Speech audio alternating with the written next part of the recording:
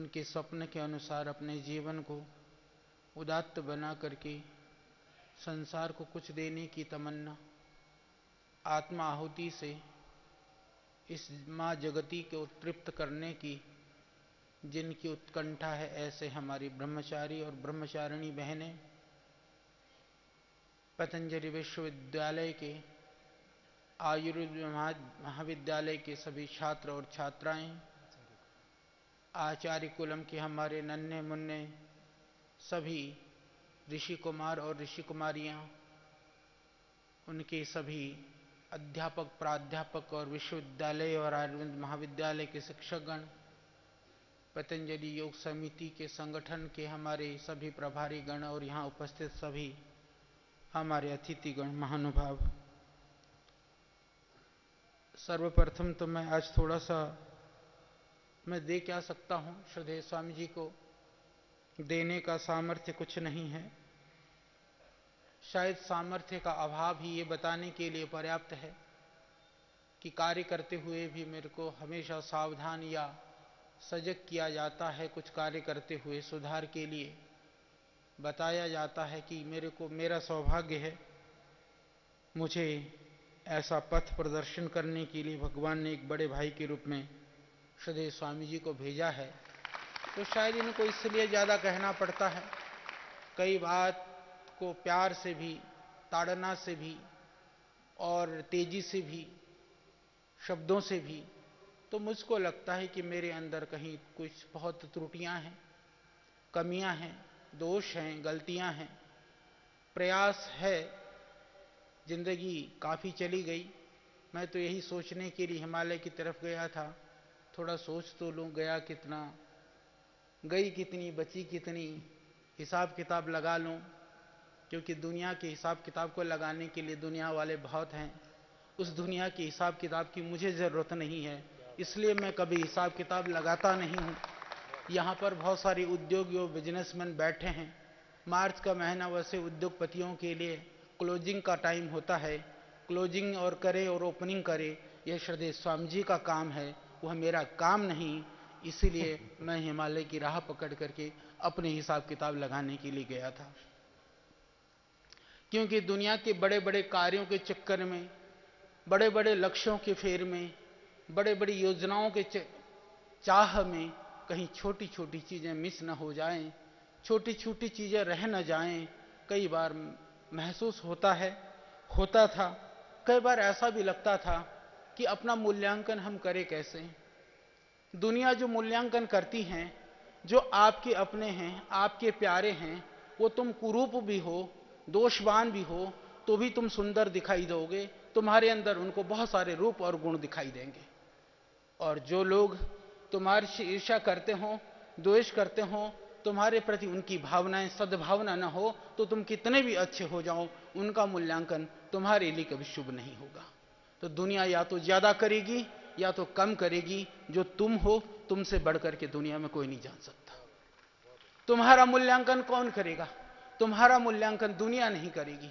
यदि तुम्हारी यह अंदर है कि दुनिया तुम्हारी प्रशंसा करती है, तुमको लगता है कि मैं बहुत मूल्यवान हो गया, दुनिया के लोग तुम्हारी कहीं निंदा करती है, तुमको लगता है कि मैं तो शायद त्रुटिपूर्ण रह गया, मैं समझता हूं कि दुनिया को भटकाने के लिए उससे बड़ा भ्रम जाल और कुछ नहीं हो सकता है।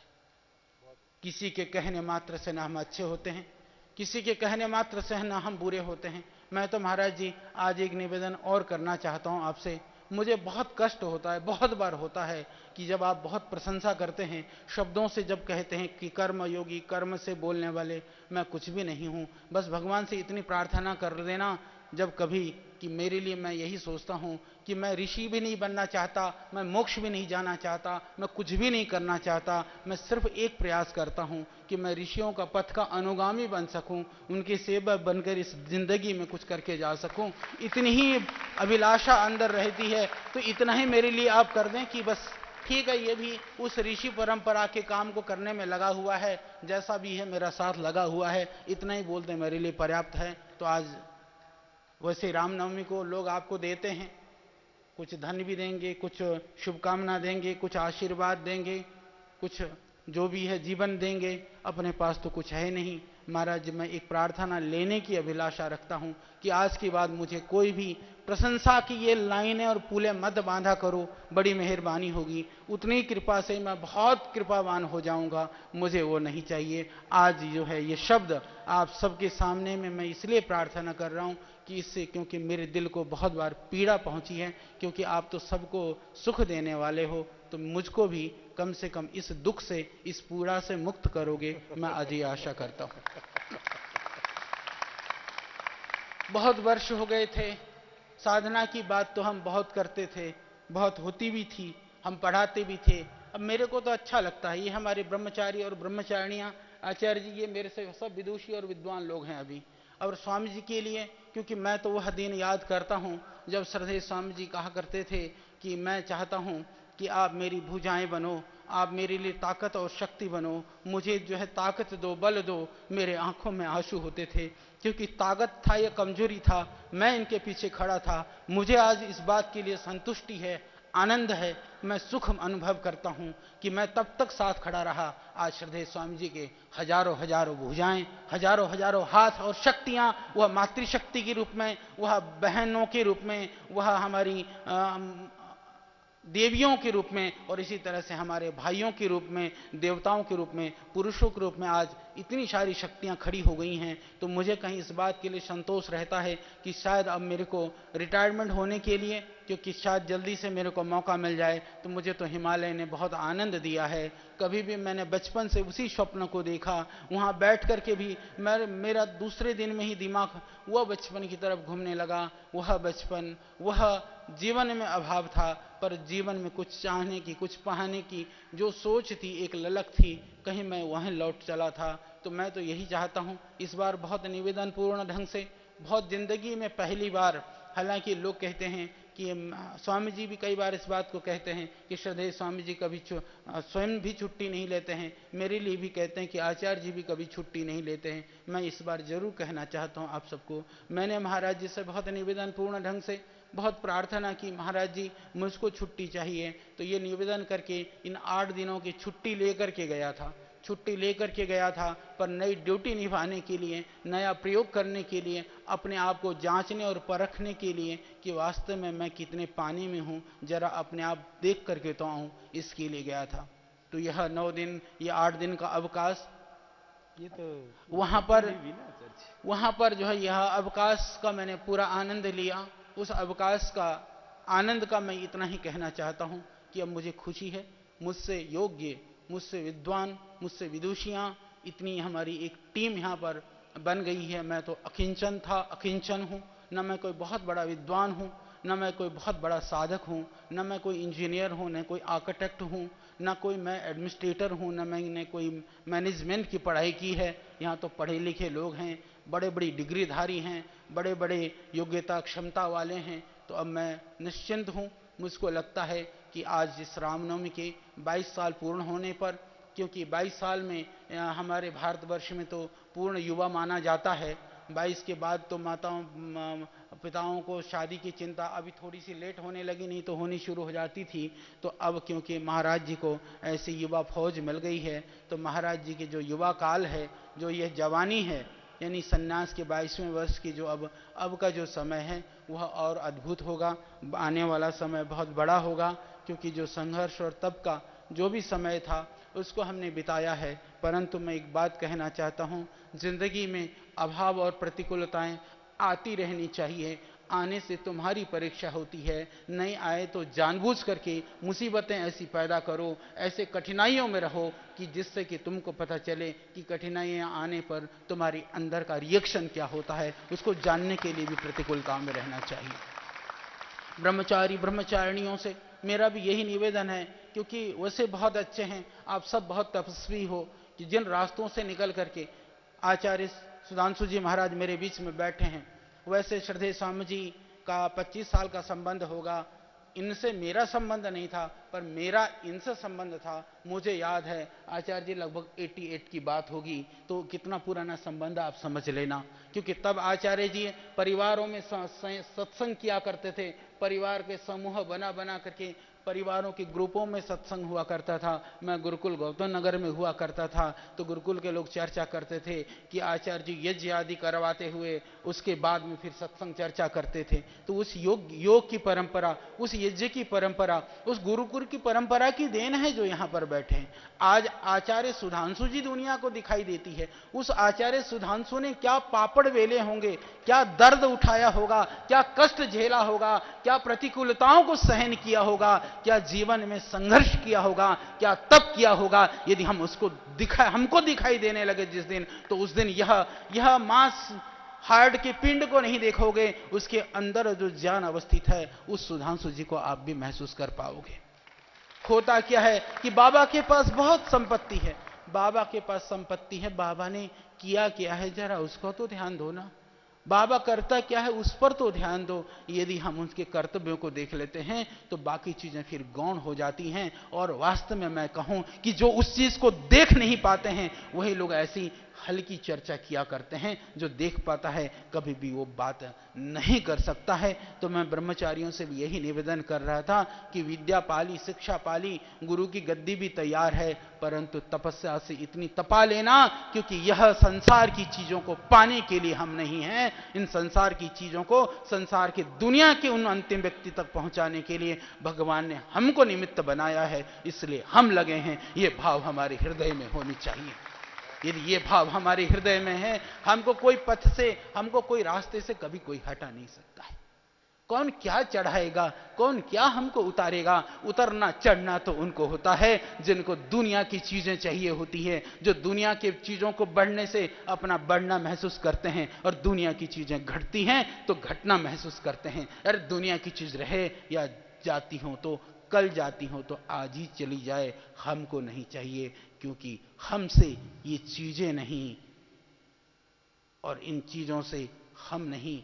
हम हैं तो ये चीजें तो आती जाती रहेंगी। ये भगवान ने हमको काम करने के लिए निमित्त बना करके दिया है, तो भगवान काम करना चाहे, कराना चाहेगा तो फिर निमित्त बना देगा। यदि प्रभु को लगा कि बस इसको जो काम करवाना था इसके माध्यम से, इन साधनों के माध्यम से इसका कार्य पूरा हो गया, तो भगवान ले जाएं। हमको उसमें भी आनंद होना चाहिए, आनंद आना चाहिए। तो मैं पहाड़ में कोई बहुत तपस्या करने के लिए नहीं गया था, जैसे श्रद्धेय स्वामी जी ने कहा, जैसे आचार्य जी ने कहा। मैं तो यही देखने गया था कि मैं जरा देख तो लूं, क्योंकि बैठने की आदत साधना के लिए ठीक है, हम सुबह 1 घंटा 1.5 घंटा इतनी तो बैठ लेता था, ये तो आदत थी। पर मुझे पता नहीं था, ऐसे ही मन में आया कि कुछ कर लेना चाहिए। क्या करूं ये समझ में नहीं आया। यज्ञ में बचपन से ही एक अभिरुचि रही है। यहाँ पर भी पतंजलि योगपीठ में भी हमने 2-2 सोम यज्ञ किया है, कई बार चतुर्वेद पारायण यज्ञ किए हैं, अलग अलग समय पर अलग अलग वेदों का यज्ञ भी चलता रहा है, और हमने अलग अलग तरह के यज्ञ के अनुष्ठान किए हैं। हमको अच्छा लगता है वैदिक परंपरा में, क्योंकि देव उपासना के रूप में यज्ञ का ही अनुष्ठान होता था। वो हमारी वैदिकी परंपरा, वो हमारी ऋषियों की परंपरा। तो मन किया कि कुछ हमको करना चाहिए, इसीलिए चल पड़ा।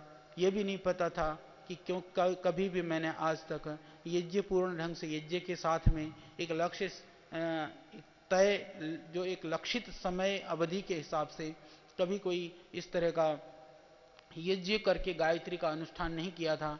हमने सोचा था कि इन 7 दिनों में लगभग हमको 24,000 गायत्री की आहुति प्रदान करना है, क्योंकि गायत्री की आहुति 24,000। कई बार क्या होता है कि कई हम अनुष्ठान करते हैं, संयुक्त रूप से कई लोग बैठे होते हैं, वो आहुति देते हैं, हम सबको मिला करके उतनी संख्या काउंट कर लेते हैं। तो उस तरह की संख्या की बात नहीं थी, कि बात ये थी कि मैं अपने हाथ से जितनी आहुति दूं, एक आहुति मैंने डाली तो मैं उसको एक समझूं। इस तरह से मैं आहुति प्रदान करते हुए 7-8 दिन में शायद मैं 24,000 गायत्री मंत्र की आहुति प्रदान कर सकूं। यह एक सोच थी, एक संकल्प था। परमात्मा की कृपा से उस परमात्मा के द्वारा प्रेरित संकल्प को पूर्ण करने की शक्ति भी उसने प्रदान की। मुझे ये भी नहीं अंदाजा था कि मुझे कितना घंटा बैठना पड़ेगा। तो हम एक समय पर 2.5 घंटे से एक समय पर 3.5 घंटे तक भी लगभग बैठते थे, प्रातः, और प्रातः के बाद फिर 9 बजे से लगभग दोबारा, फिर इस तरह से सायंकाल को मिला करके 3 समय के यज्ञ से मुझे इस बात को, मैं क्योंकि इतनी बातें चर्चा हुई तो मैं इतना कह सकता हूँ कि मुझे कम से कम इतना संतुष्टि तो रही है इस दुनिया के धक्का पेल में या दुनिया की इन कार्यों में, सेवाओं में, इन व्यस्तताओं में भी यदि चाहे तो मैं आंख बंद करके और मौन भी रह सकता हूँ और 8-10 घंटे का आसन, बाबाओं में, जो संतों में, महात्माओं में, साधकों में, कि कितने घंटे के आसन लगा लेते हो, ये बड़ी चर्चा की बात होती है कि एक आदमी को, मुझे लगता है यदि सबसे कठिन कोई दंड है उसको कह दिया जाए कि चुपचाप आसन लगा करके दिन भर बैठा रहे, तो इससे कोई कठिन काम नहीं हो सकता है। तो वह एक परीक्षा थी मेरे जैसे आदमी के लिए, क्योंकि मैं एक साथ में एक काम नहीं कर सकता आचार्य जी, एक साथ में मेरे को 3-4 काम चाहिए होते हैं। मैं लिखते समय बोल रहा होता हूँ, बोलते समय कर रहा होता हूँ, करते समय सोच रहा होता हूँ, तो ये 3-4 काम साथ साथ चलते रहते हैं। शायद इसी चक्कर में ये बाबा जी का ये साम्राज्य फटाफट खड़ा हो गया है। कई बार ये डांट भी पड़ाते हैं, फिर भी मैं काम करता रहता हूँ, वो अलग बात है, कोई शिकायत नहीं, कोई बात नहीं, क्योंकि जितना मेरा सामर्थ्य मैं करता हूँ, जितना श्रद्धेय स्वामी जी को लगता है होना चाहिए, नहीं होता है तो सुना भी देते हैं, तो उसमें कोई बात नहीं, क्योंकि बालकृष्ण जैसा भी था आधा अधूरा, भगवान ने भेजा था, दूसरा कोई मिल जाए तो ढूंढ लेना, उसकी में मेरे को कोई शिकायत नहीं है। मैं कभी नहीं कहूँगा कि दूसरा बालकृष्ण आप ढूंढ के क्यों ले आए। तो जितना भी बन पाता है हमने किया है, कर रहे हैं, तो हमने महसूस किया कि 10 घंटा बैठा जा सकता है। वह एक मेरे लिए अपने आप में संतुष्टि की बात थी। मैं नहीं कहता कोई बहुत बड़ी चीज़ हुई, पर आहुति गिनती करी आचार्य जी, 7 दिन में हमने करीबन 32-33 हजार गायत्री मंत्र की आहुति, क्योंकि महाराज जी की आदत है हर चीज़ को लक्ष्य से प्रतिशत में कितना परसेंटेज ज़्यादा किया, तो हम तो 30% ज़्यादा करके आ गए महाराज।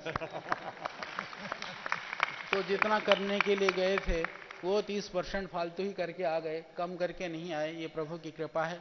तो आप सब लोगों की बहुत शुभकामनाएं हैं। हाँ, अच्छा लगता है, जैसे आचार्य श्री कह रहे थे कि वहाँ गांव में उन चिड़ियाओं को चहकना और कोयल की कुहू कुहू होना, बाकी जो है अभी बहुत सारी पपीहे की पीहू पीहू करना, तो सारी ध्वनियाँ, सारी आवाज़ें, सब कुछ वहाँ बैठ करके उस आनंद के क्षण को बिताना, वह अभी भी वर्तमान सा लगता है। तो इतना मैं कह सकता हूँ कि आप लोगों के लिए भी मैं आज 2 निवेदन मैं करना चाहता हूँ। कि एक निवेदन तो यह है कि प्रतिदिन आप लोग संकल्प लें, कुछ भी काम करते हो, कहीं भी रहते हो, एक निश्चित समय तक जप करने का। गायत्री मंत्र सर्वोत्तम है, कम से कम एक माला लगभग यानी कि 15 मिनट बैठ करके आप एक तो जप करने का संकल्प ले लें। दूसरा, गुरुकुलीय परंपरा में यज्ञ की परंपरा की जैसे हमने बात की, हो सके तो प्रतिदिन ऋषि दैनंदिन पुस्तक है नित्य कर्म विधि, यहाँ से भी छपी हुई है, वो 18 आहुति का विधान है, 18-20 आहुतियाँ प्रदान करें। नहीं हो सके तो कम से कम 7 दिन में तो आप सब लोग यज्ञ करने का संकल्प यहाँ से लेकर के जाएं। 2 काम करते रहो, क्योंकि ये जग मेला तो चलता रहेगा। इस मेले में हम बिछुड़ न जाएं, इस मेले की भीड़ में कहीं हम रल न जाएं। यदि उस भीड़ से, उस रलने से बचना है तो साधन है कि उस डोरी को भगवान के हाथ में हम किसी तरह से हम उसको पकड़ा करके रखें। तो पकड़ा करके रखने के 2 ही साधन हैं, या तो हम नित्य प्रति साधना और जप करें या फिर यज्ञ करें। इसके अतिरिक्त तो कोई मार्ग और रास्ता नहीं है। दुनिया में हम कितने भी बड़े हो सकते हैं, वो दुनिया के लिए हम हो सकते हैं। यदि हम अपने लिए बड़े बनना चाहते हैं तो दुनिया के